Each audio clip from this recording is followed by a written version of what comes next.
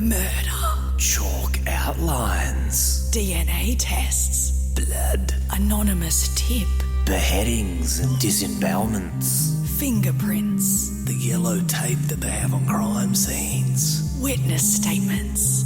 Stakeouts with my cop friend and we drink coffee. UV lights that they can see on 5 minutes. Yep, it's the first one for 2025. We are back. These are true crime podcasts in about 5 minutes. Belle does all the explaining, and Liam and I just kind of sit here and wince at the gory details. Yeah. We've had a few weeks off, and I listened to so many podcast episodes, and so I was like, which one should we do as the first one back? And I think I've chosen a good one, and I hope you enjoy it.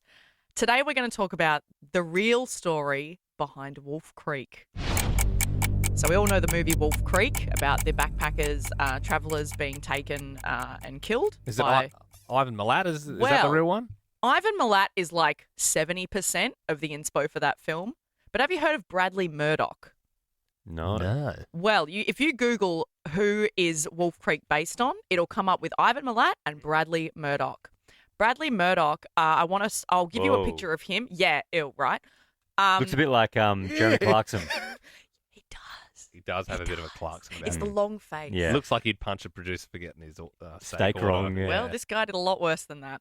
So it's also based on Brad. And Brad, for a bit of a backstory so we know who we're talking about, he was a truck driver that used to truck from South Australia up to Darwin and also up to Broome. And he'd have one of those huge, what they called road trains. Yeah. And he was driving in the 80s and 90s. He was driving up and down the middle of Australia. And these things go like 100 k's an hour. But what he used to do was make false walls and floors in the truck and bring drugs and weapons around up and down Australia. He was a bit of a recluse. He was like in gangs and stuff growing up, and he wasn't a nice person. Let's just put it that way. So he's transporting drugs around. He apparently loved his guns. He had a dog that always came with him that sat in the front seat. He drove this big white ute that he would like pimp out a lot and change a lot of things about it, and he was very this handy. is all very Wolf Creek so far. It Like, is. everything you're saying, I'm like, yeah, seen it in Correct. the movie, John Jarrett, yeah. Yep. So he's by himself on the road a lot, and people always knew him as just a weird unit. Anyway, so like I said, he was doing that 80s and 90s. Now, let's talk about his victims. So he had two main victims that I'm going to focus on. They're rumoured there's more people involved.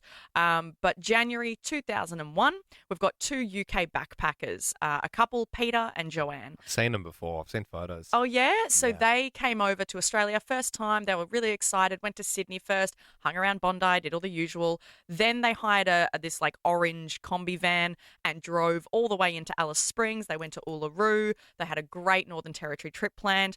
They were driving from Alice Springs up to Darwin 6 months later in July. And July, as we know, it's like temperatures drop really cold at night because it's like winter, but it can still be really hot during the day there. So they were in their combi van, and the way it goes is they left Alice Springs. They're having a great trip. They started driving. It's about 7 p.m. They were driving up to Darwin. It should have taken about 6 hours. And Joanne was driving. Peter was falling asleep next to her. So she said, get in the back and have a nap. He starts having a nap. They're driving at night, pitch black, in the middle of nowhere, middle of Northern Territory, freezing cold outside. They see these huge high beam lights behind them coming up to them. And it's like, it's in a lot of films, you know, the car comes up behind, scary. flashing lights, tailgating, like they're freaking out, being like, what the hell? Joanne's like, hey, Peter, there's like a crazy person behind us. He then pulls out to the side next to them, starts like shouting and like signaling, and he puts the window down and says, you got sparks coming out of your back exhaust. So they're like, oh, we got this old combi van. We better pull over and see if there's something wrong. They pull over. He goes, hey, I just want to help you. Peter gets out of the car and says, thanks so much for helping us. What's wrong with the van and the exhaust? He goes, come around the back of the car, rev the engine for us, Joanne. She revs the engine. She hears a big bang. So she's like, oh, okay, it's the exhaust backfiring. There is something wrong. What that was is actually him shooting Peter. He shot him at the back of the van. Joanne didn't know. So she's still sitting in the front driver's seat. That's when Bradley comes around and starts like assaulting her and grabbing her. He ties her up with like homemade handcuffs made with electrical tape and what are they called? Zip ties. Ties her up, her legs and her hands, tries to tape her mouth shut. She's obviously freaking out, doesn't know what's happened to Peter. He drags her over to his ute. Now, keep in mind, this is in pitch black middle of the desert. Yeah. Drags her over into his ute, puts her in the tray. Then she can hear him dragging something around, which thinking could be Peter's body. She manages to get out of the tray, the ute tray. Keep in mind, she's like fully tied up. She gets out. She manages to undo her feet. She runs, like sprints into the middle of nowhere, into some bush. She runs away. She can hear him looking for her. He's got a torch. She hid behind a bush. He then got the car, parked it, and shone high beams into the bush. She's there. She's in shorts and a T-shirt, freezing to death, tied up. He waited and waited and waited and then left. She was then by herself. Apparently it was so quiet she could hear her own heartbeat. Waited 4 hours in the middle of pitch black bush. Then managed to make it to the road. A huge truck started coming. I hate that buzzer. It's good timing with the truck coming past. Yeah, it sounded like really, really quick here. The truck comes. She managed to wave it down, and it took 1 kilometre for this huge truck traveling at 100 k's an hour. It took 1 kilometre for it to stop. Like, it's slamming on the brakes, and it took, okay, she's running alongside the truck. They helped her. She then didn't know what had happened to Peter still. So thinking is Bradley took his body into the car. She then, this is so annoying because there's like so much still left in the story. She then went to the local pub. They got is help. it a two-parter? Yeah, we can do it as 2 parts. Do you want to do a 2-parter? We can do a But if 2-parter. you're Yeah. listening to this at home, you'd just be like, all right, well, I'll just Google what happened to him.